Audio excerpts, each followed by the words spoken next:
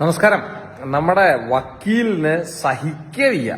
ഏത് വക്കീലിനാണെന്നല്ലേ, പരിസ്ഥിതി വക്കീല് ശ്രീമാൻ ഹരീഷ് വാസുദേവൻ. അദ്ദേഹത്തിന് നരേന്ദ്രമോദി കുംഭമേളയിൽ പോയി മുങ്ങിയതും അമേരിക്കയിൽ നിന്ന് അനധികൃതമായിട്ടുള്ള കുടിയേറ്റക്കാരെ നാട്ടിലെത്തിച്ചതും തമ്മിൽ ക്ലബ് ചെയ്തിട്ട് പുള്ളി അമേരിക്കയിൽ നിന്ന് ആൾക്കാരെ ഇങ്ങോട്ട് കൊണ്ടുവന്നത് കണ്ടില്ലേ, അന്തസത്ത പോയി, അന്തസ് പോയി, ഇന്ത്യക്കാര് തലകുനിച്ചു, 140 കോടി ആൾക്കാർ തലകുനിച്ച് നിൽക്കുകയാണ്. അപ്പൊ പോയി കുംഭമേളയിൽ മുങ്ങിയാ മതിയിടോ ഭീരു എന്നൊക്കെ പറഞ്ഞിട്ട് പുള്ളിയുടെ ഭയങ്കരമായിട്ടുള്ള ഇമോഷണൽ ആയിട്ടുള്ള ആ മറ്റേ ഫേസ്ബുക്ക് പോസ്റ്റ് കണ്ടിട്ട് നമ്മളാകെ സങ്കടത്തിലായി പോയി. അദ്ദേഹത്തിന് എത്രയധികം വിഷമം ഈ 100 ഇന്ത്യക്കാരുടെ ആ വരവിനോട് ഉണ്ടായി എന്നുള്ളതാണ് അദ്ദേഹം എക്സ്പ്രസ് ചെയ്തത്.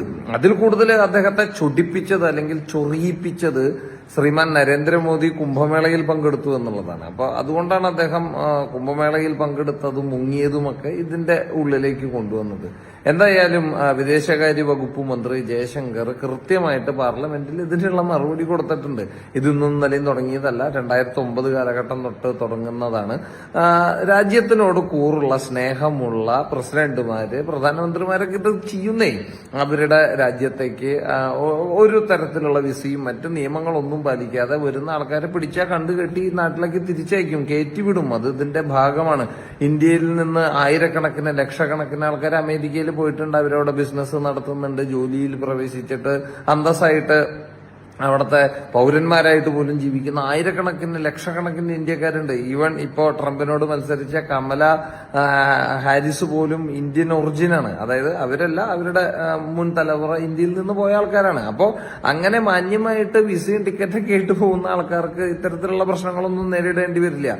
അതൊന്നുമില്ലാതെ കാട് കയറിയും കാശ് കൊടുത്തും ഒരു പഴയ ഗഫൂർ കദോസ്ത് വഴിയൊക്കെ ചെല്ലുന്ന ആൾക്കാരെ കണ്ടു കിട്ടിക്കഴിഞ്ഞാൽ, പിടിച്ചു കഴിഞ്ഞു കഴിഞ്ഞാൽ ഇതുപോലെ നാട്ടിലേക്ക് തിരിച്ചയക്കും. അപ്പൊ അവരോട് വലിയ മനുഷ്യത്വം മറ്റേ കാണിച്ച് ബിസിനസ് ക്ലാസ്സിൽ ഇരുത്തിയിട്ട് തിരിച്ചു കൊണ്ടുവരണം എന്നൊക്കെ ആവശ്യപ്പെടുക എന്ന് പറയുന്നത് ഇത്തിരി കടന്നു കഴിയല്ലേ വക്കീലെ? 2 തരത്തിലാണ് നമുക്ക് ഇതിനെ നോക്കി കാണേണ്ടത്. ഒന്ന് അഭയാർത്ഥി, ഒന്ന് അനധികൃത കുടിയേറ്റക്കാർ. അഭയാർത്ഥി എന്ന് പറയുന്നത് അവരുടെ അവർ ജീവിക്കുന്ന സ്ഥലത്തെ പ്രത്യേകത കൊണ്ട് അല്ലെങ്കിൽ പ്രത്യേക സാഹചര്യം കൊണ്ട് ഗതികെട്ടിട്ടുള്ള മറ്റേ എങ്ങനെങ്കിലും രക്ഷപ്പെടാൻ വേണ്ടിയിട്ട് മനുഷ്യൻ എങ്ങനെങ്കിലൊക്കെ നീന്തിയും കപ്പൽ കയറിയിട്ടൊക്കെ എത്തുന്ന ആൾക്കാരാണ്.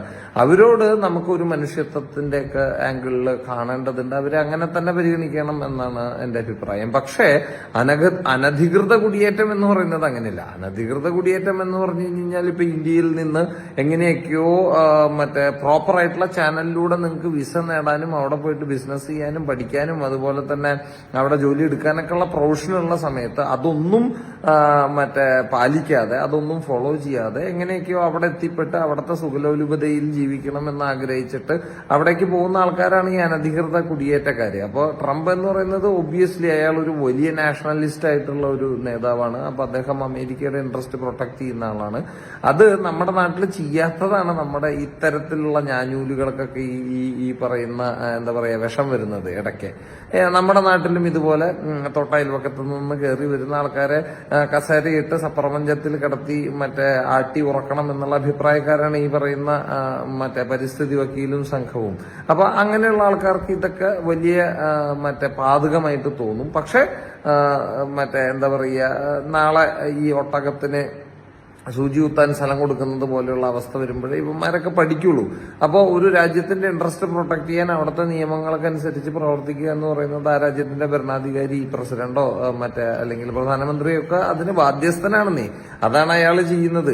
അപ്പോൾ ഇത് കാലങ്ങളായിട്ട് ചെയ്തു വരുന്ന കാര്യമാണ്. അപ്പൊ ഇതില് വലിയ ക്ഷോഭവും സങ്കടവും ഒക്കെ നടത്തുന്ന ആൾക്കാരുടെ യഥാർത്ഥത്തിലുള്ള ചിന്താഗതി എന്ന് പറയുന്നത് നമ്മുടെ രാജ്യത്ത് ഇതുപോലെ അപ്പുറത്തുനിന്ന് ഇപ്പുറത്തുനിന്നൊക്കെ കയറി വന്ന ആൾക്കാർക്ക് റേഷൻ കാർഡ് കൊടുക്കണം, ആധാർ കാർഡ് കൊടുക്കണം, ഇവിടുത്തെ ജനങ്ങൾ അനുഭവിക്കേണ്ട വിഭവങ്ങളൊക്കെ അവർക്കും കൂടെ ഷെയർ ചെയ്യണം എന്നുള്ള അഭിപ്രായം ഉള്ളത് കൊണ്ടാണ് ഇതൊക്കെ വലിയ വിഷമമായിട്ട് അവർക്ക് തോന്നുന്നത്. എന്തായാലും പരിസ്ഥിതി വക്കീലെ, ഇങ്ങനെയൊക്കെ തന്നെയാണ് കാര്യങ്ങൾ നടത്തുന്നത്. ബൂർഷ ഭരണമാണോ ലോകത്ത് മുഴുവൻ നടക്കുന്നത്. അതിപ്പോ മോദി ആയിക്കോട്ടെ, ട്രംപ് ആയിക്കോട്ടെ, നെതന്യാഹു ആയിക്കോട്ടെ, അങ്ങനെ എല്ലാവരും ബൂർഷകളാണ്. നിങ്ങളുടെ സോഷ്യലിസ്റ്റുകാരുടെയൊക്കെ കാലം കഴിഞ്ഞു. തൽക്കാലം വീട്ടിൽ പോയിരുന്ന് മറ്റേ ശ്രീനിവാസൻ അറബിക്കഥയിൽ ഇൻക്ലാബ് വിളിക്കുന്നത് പോലെ കണ്ണാടിയുടെ മുമ്പിൽ നിന്ന് 4 വിളിച്ചേക്ക്.